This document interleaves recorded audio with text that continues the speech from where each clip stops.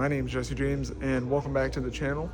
This is an episode of Dealership Life where I take you through a general week of what it's like working as a salesman at a Harley-Davidson dealership.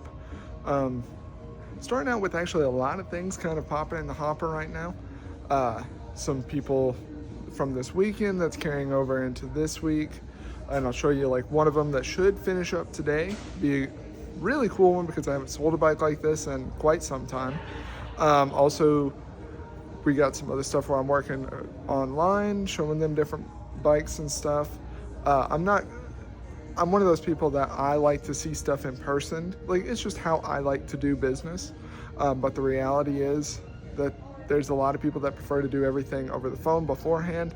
And while it's not my favorite way to do it, just because I enjoy getting to know people and playing around with bikes, other people prefer different things. So I get it. And so I'm working with a couple people on that over the phone. But let me show you what should be going later today.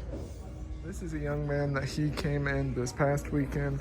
It's actually a referral from a Lowrider ST guy from a couple episodes ago. This was his trade-in. It's a Yamaha R1, I want to say 2021. But buddy of his knew the bike whenever he heard traded in, came over to come and get it. A lot of stuff done to it as well. Like, that's a very rowdy pipe on it. But yeah, that should go later today. He instead of coming in and do cosign, 19-year-old for on that bike. Very fast bike, but hey, everything starter bike you can start on, and in my role you can say, hey, this is a fast bike. I have some reservations about it, but at the end of the day, it's what they want to do.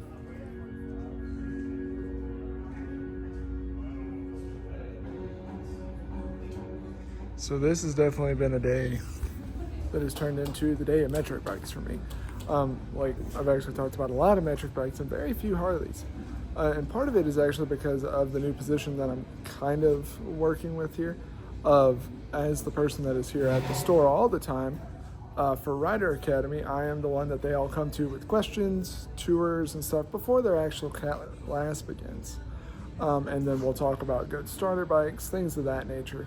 So the R1 did end up going earlier, and I've also talked to somebody for a first bike on the Yamaha RZ, what was FZ6R is what that one is. If you can believe it, I am much better with Harleys than I am non-Harleys. But anyways, talked about that one. He liked everything about it, and just he wasn't, like, he came in for a Rider Academy tour and to kind of get a preview of that, not looking so much purchasing of bikes. So treated it as an information day, got him all the information for that side of it. And the funny thing is, like, everything he was wanting to do money-wise, that bike does exactly. So it's kind of just like fully in his ballpark. So kind of just left it that way, because at the end of the day, can't force somebody to buy something. Best you can do is just be a resource for them. The other one is this KTM Adventure. So I actually took this in on trade a while back. We've actually got this listed below what we own on it, but it's been sitting here so long that at this point, kind of just want it gone. Fella that originally traded this back in December of 2023. So yeah, had a birthday and everything here on the floor.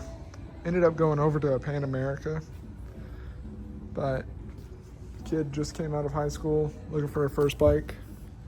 Not a bad one at all, with where it's at power wise. Plenty of get up and go around town, but still starter bike friendly, if that makes sense. Another Rider Academy person came in, gave him a tour, looked at some different bikes, seen that one online. Again, money wise, he was spot on for where I'm looking to be. Just figuring out the money downside of it, which tends to be the case.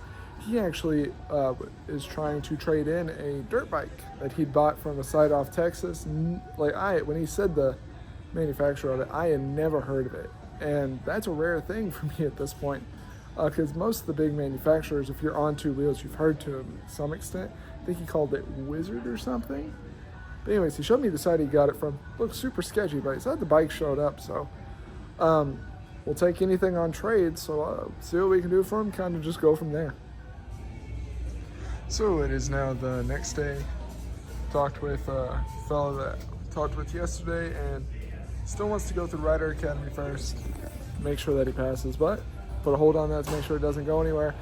And yeah, that's as I said yesterday whenever I was talking about bikes for first riders, this one be a good one for it. And even though it's not a Harley, as long as you're riding, I'm cool with it. And yeah, just want to go through Rider Academy, make sure he passed, but didn't want the bike to slip out from underneath him. So go from there and see what the rest of the week brings us. So actually had just got done with a customer looking between two different bikes for their first bike. One of them being a leftover 2024 Heritage. The other one is a leftover 2024 Softail Standard. Now, the reasoning why looking for both two brand new bikes is actually because what they were looking to do money-wise. For both of these bikes, they would do just fine for a beginner because a lot of it is throttle control. He's also ridden previously from whenever he was in the Marine Corps. The thing that he's looking to do money-wise, where it's like, hey, that's going to be a little bit more of a struggle, is actually in regards of money down. Maybe on the way, wants to take advantage of a promo that we got, because right now we're doing no payments, no down payment, no interest for like 90 days. And like, that's fine, but that's only available on the new, and he's fine with that. So showed off both of these bikes. With that though, either one of these bikes, he wants the Heritage. That's where he wants to go. But the Softail Standard is at the price point of where he's at. So he's going back and forth, and it's fully up to him which way he goes. But again, great bikes both ways. I have a hard time believing anybody needs more than 114 because I have a 117 and I don't take advantage of it nearly as much. For classic setup of controls, old school styling, most comfortable seat out of the box. And then personally, with the saddlebags, I would want more room. I think that this is, for the stock saddlebags, is the most limiting when it comes to space. On the other hand, with the Softail Standard though, price point where he's going to be, and with that promo, it's where he wants to be. And I really don't mind the Softail Standard. In a different time, I could have seen myself getting it. It's the closest to that stripped down, just engines, wheels, easy rider style bike is what I call it. And it's what replaced the Softail Custom and the Standard of previously. But it's fully up to him. At the end of the day, I can't force him to make a decision one way or another, but we'll see how it goes for him. Today, I actually have an appointment coming in later this afternoon on this Road Glide Limited. It's a leftover from last year. Says it's going to be his last bike.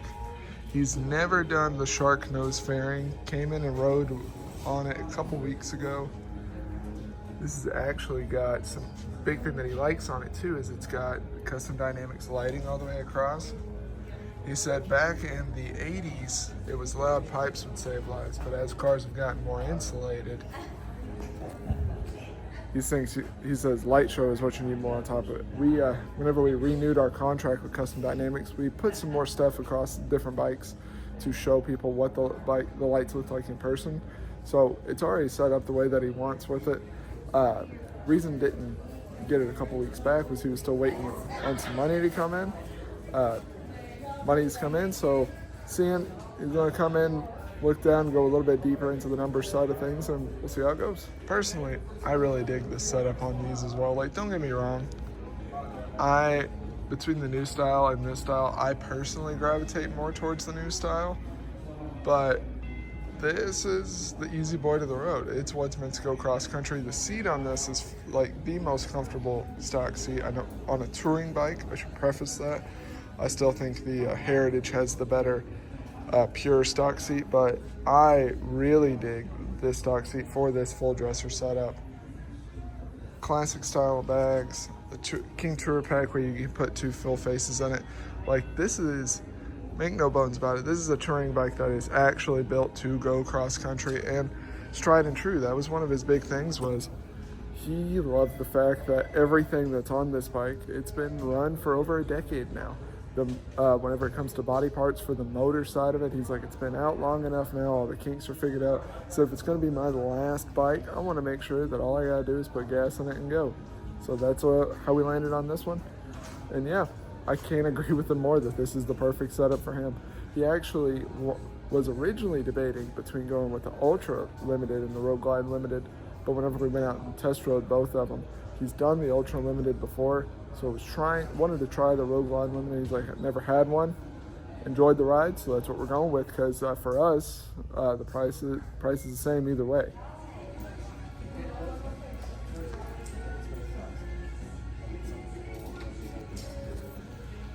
So, both my appointments yesterday ended up ghosting on me. One of them, I was looking at the Red Rock Limited. He actually called ahead and said, hey, this is what's going on, I can't make it. As I mentioned earlier, he and I have actually been talking for a little while now. And so I was like, okay, what do you need from me? He's like, I needed X, Y, and Z. Got that stuff over to him. And we'll see how it goes. But yeah, that's kind of the reality of the business. About half of the appointments that you set are gonna show. I usually get more around 80% of my appointments showing up. But the reality is, like, not everybody's gonna show up for the appointments. But we, keep setting them, keep going from there.